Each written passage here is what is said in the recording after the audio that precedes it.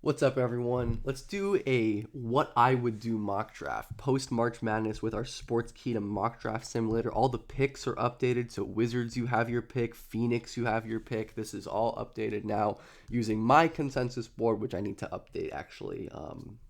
I'll do that soon. But let's just run through a mock draft. And if you like this kind of more laid back content, like, subscribe, let me know. Pelicans got number one in this Lotto sim, and Cooper Flag and Zion Williamson would be phenomenal. As would Dylan Harper in Brooklyn. Really has like lead guard upside, I think, even without like the highest end athletic tools.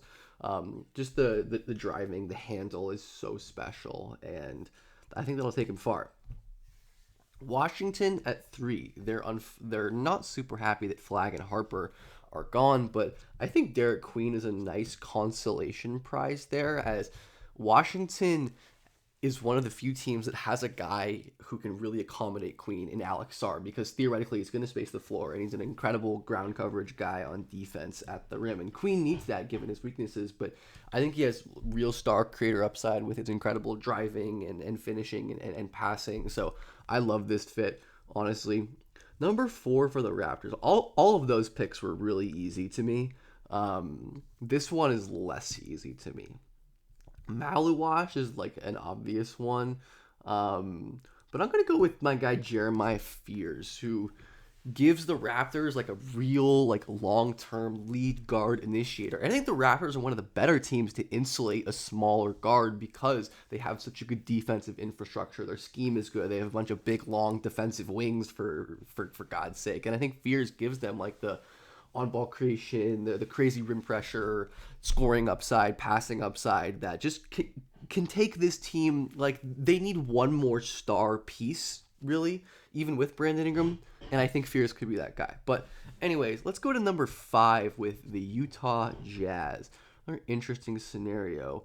Could take Maluwash here. I mean, Walker Kessler just seems to always kind of be an afterthought in that building for whatever reason. I kind of like Murray Boyles here as well. VJ makes sense. I'm not as high on VJ as some people, but I do like this fit for him. I see him as less of like an offensive initiator and more as like a Suggsy type role, Marcus Smarty type role. And while his defense isn't great right now, the upside with his physical tools enormous. I really do think he's going to shoot. The Jazz just need more real defense. They need more guys who can play on the wing, and Edgecombe kind of can. And I think Hardy's going to do good stuff with him on offense. So let's go to number six. This is another interesting one, but I think I like Kasparis Yakachonis here as just like another passer in on that Hornets team. I feel like they just don't draft high field players, and Yakuchonis is one of the highest field guys in the class. Brilliant passer, great off ball mover. Definitely some worries with the driving, but not as much as other people. Honestly, I think they like his issues, which are just like the ball control and the core strength stuff, hopefully fixable, and I think he can get by guys better than people give it credit for. So Yakuchonis, I like he and LaMelo and Miller, just really awesome guard wing trio right there. So number seven, Oklahoma City, snatching Philadelphia's pick from the clutches. That is so brutal.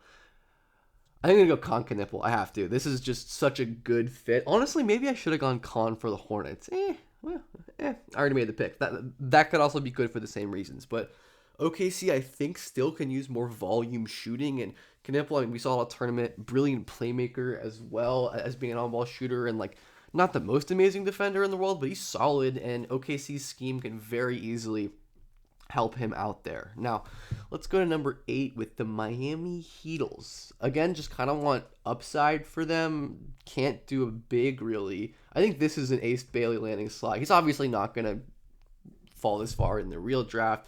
I don't view him as like a blue chip top three guy, but I still view him as a very good prospect. He's obviously is an impressive shot maker. I really like his defense. I think he was excellent this year, especially as a weak side rim protector. I like him in Miami with their development. Spurs at 9, man. Do we give them Malawash? I really like Malawash. I have him in my top 5, but the board just hasn't shaken out for him to go. But the Spurs, I think, are an interesting destination for him. I think I'm going to put it there. I think it's just clearly the best player on the board talent wise. And hell, you have Wemby, just twin towers. I think he can cover for all of Malawash's issues, and Malawash should be able to hold up mobility wise, assuming he can develop it and add strength. I just really buy what he did this year on defense and with his incredible touch. And, anyways, go to number 10, and I think the Blazers would be really happy if Trey Johnson was on the board at 10. Like, again, I don't think it's going to happen, but I really think they just need more reliable offensive juice, and Johnson is going to score. He's going to pass out of the pick and roll occasionally and make some really nice reads. Basically, I don't know if he's going to be your real star creator, but the Blazers have guys who they're hoping become that. So he doesn't need to be that. I like this fit a lot. And then San Antonio, could give him Traore just for another Frenchie, as well as Noah Penda, who I like in this range too. I'll probably just give them my highest rated player available, which is LeBaron Philon. I am such a huge believer in him. Check out Jake Kyle Mann's stuff on him on The Ringer. He's another believer in Philon, who we've talked about him. Just love his upside. Quick twitch, stop, start, sudden athlete, great passing feel, great defensive upside. I think he's going to shoot. I think Spurs could still use more long-term guard talent. Like Chris Paul was awesome this year, but he's not going to be around for that long. Anyways, let's go to Dallas at 12. And I think this is an easy Jace Richardson slot. He's a very impressive player. I don't think he's like a lead guard, but they have Kyrie Irving and Anthony Davis. He's been a good off-ball player, like off-ball scorer since he was 15 years old. And Richardson, I think his blend of pull-up shooting and just efficiency from all over the floor, insane touch, flexibility, body control, handling. There is some real scoring upside. I think the defense stuff is solid too. Let's go through these a little faster. Hawks, I think, are going to be very happy taking Colin Murray-Boyles here. Just, they need more versatile bigs. And maybe it's actually a little scary taking him. Take another short center for the Hawks. But I think Murray-Boyles is too talented to pass on at this point. Just the upside with him, with his feel for the game and his strength and his physical tools. I do think there's more than people give it credit for, though I don't agree with him in like the top two.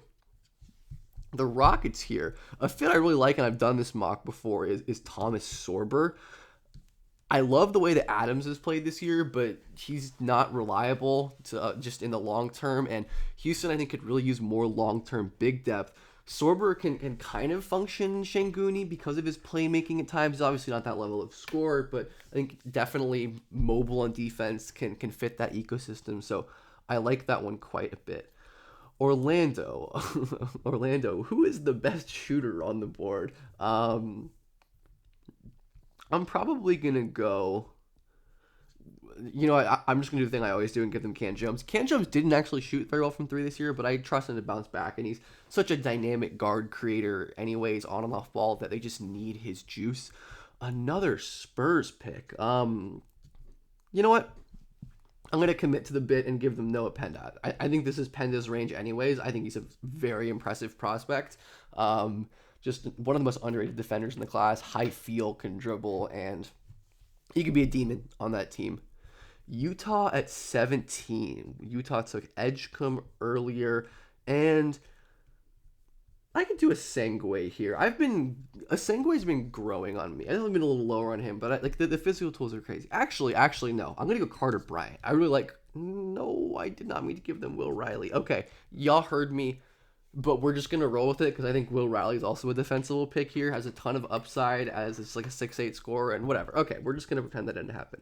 Anyways, I really do like Ben Suraf on the Wolves. I've made this fit a couple times. Like I just like them adding more long-term guard juice.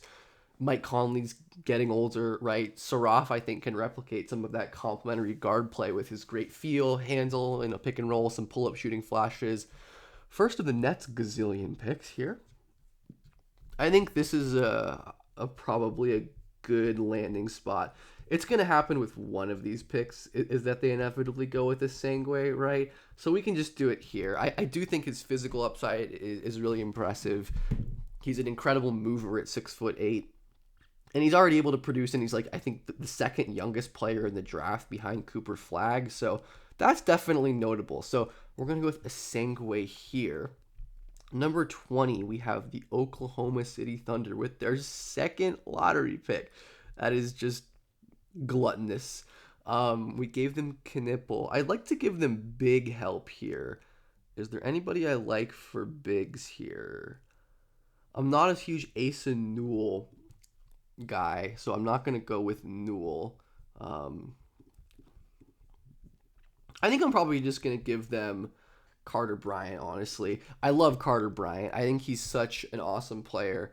Love his upside as a versatile defender. The shooting was promising this year, and OKC like has too many players. Like they need guys just to develop in the G League, and Carter's a great candidate for that. What are the Miami Heat going to do in this situation? Bennett starts pull out of the draft. I have to adjust that. Yeah, because this is a what I would do draft. I am taking Anthony Robinson because I believe he's one of like the highest ceiling talents. I don't think he's officially. I don't know. Maybe this is cheating, but anyways, I love Anthony Robinson. It's like one of the best foul drawers in the country. Crazy, like twitchy, explosive mover, incredibly impactful on ball defender. High feel, like just a great player. And who do I want for my Pacers? I think both Darion Williams or Nee Clifford make a ton of sense. I think Clifford is just a little better, so I'm going to go with him. He's phenomenal. I think ready-made role player wing. And Hawks got CMB in the last one. We could double down with bigs right here because the Hawks do need bigs.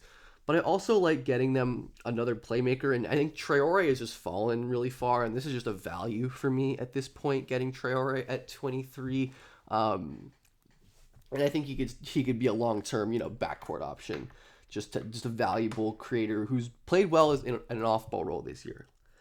Let's go with Washington. This is a good spot to me for Miles Bird, where strength development he needs stabilize the shot for sure. Like interior scoring is a worry, but unbelievable turnover generator, and he is just excellent at that, and he's a good shooter. I think he's going to shoot at least. The percentages weren't great this year, but I trust the indicators, and his passing is nice. Orlando back on the clock. We gave them Cam Jones, and there's a couple ways we could go here. We could give them just another shooter. Scrolling through my best available. Again, like I said, I have to update this because Walter Clayton is like in the 20s on my actual board. And this is also a mix of consensus and my actual board. So it's not only my opinions. But, this is an interesting spot. I think I'm just going to give them a good player in Darion Williams. Like, they don't need another, like, wingy forwardy type, but he's a shooter. He'll space the floor for you. Like, versatile defender, can do a lot of stuff with the ball. I like that. All right, this is upside row. Who are my favorite upside guys? Okay, we gave the Nets a Sangway, and we gave them Dylan Harper at 2. Who are my favorite upsidey guys on the board right now? I think one of them's got to be he entered the draft, or at least he's gonna get feedback. Todd Pettiford, like incredibly good in Auburn. Like I know he's a smaller point guard, but has the like vertical pop to compensate for it, and just crazy shooter, crazy good like two-hand playmaker. And now we have to make another one of these picks because this is all the Nets have at this point is just shooting for upside. Who do I want to go with here? I'm actually just going to take a guy who I think is going to be... Oh, actually, this is a good Yegor Demon spot. I'm a little lower on him, but I do think just like he is a special playmaker in a lot of ways at his size, and that's certainly worth something. The Boston Celtics. Liam McNeely would be such a Boston Celtics pick. That would be such a Celtics thing to do. I think Kalkbrenner also makes a lot of sense for the Celtics. Caravan is a player who could make sense. Yaxel. I think I like Rasheer Fleming though, honestly, because he has this versatile on and off ball defensive skill set, and he's just a catch and shoot guy who has some physical tools to develop on offense. Just like him as a role player bet, and Suns really don't need him, but this feels like a pivotal pick 29 for the Suns. It feels like they really, really need to hit on just a good player, like to keep building around. I'm saving pick 30. I'm saving a guy for pick 30. Honestly, it was not a good tournament for him, but Alex Condon is a player I believe in. I think the Suns badly need center help. Honestly, you could go with Asa Newell if you're higher on him than I am. He would be an acceptable option. I just think Condon gives you a little more upside with his kind of playmaking and handling stuff, and he's, I think, maybe a little taller. Anyways, this is Walter Clayton to the Clippers. Wouldn't that be so sick? Wouldn't that be so sick to have Walter Clayton under playing with, James Harden and Kawhi? Like, I just made a video on Clayton. I think he's legit and more than just like a flash in the pan. But here's the mock draft. Once again, this was totally what I would do. Not trying to predict it all. I'm gonna have a predictive mock out on Sportskeeda soon, so look forward to that if you're into this. But anyways, let me know what you think. This was a little kind of all over the place at times. But anyways, I hope you enjoyed the video and you have a good night.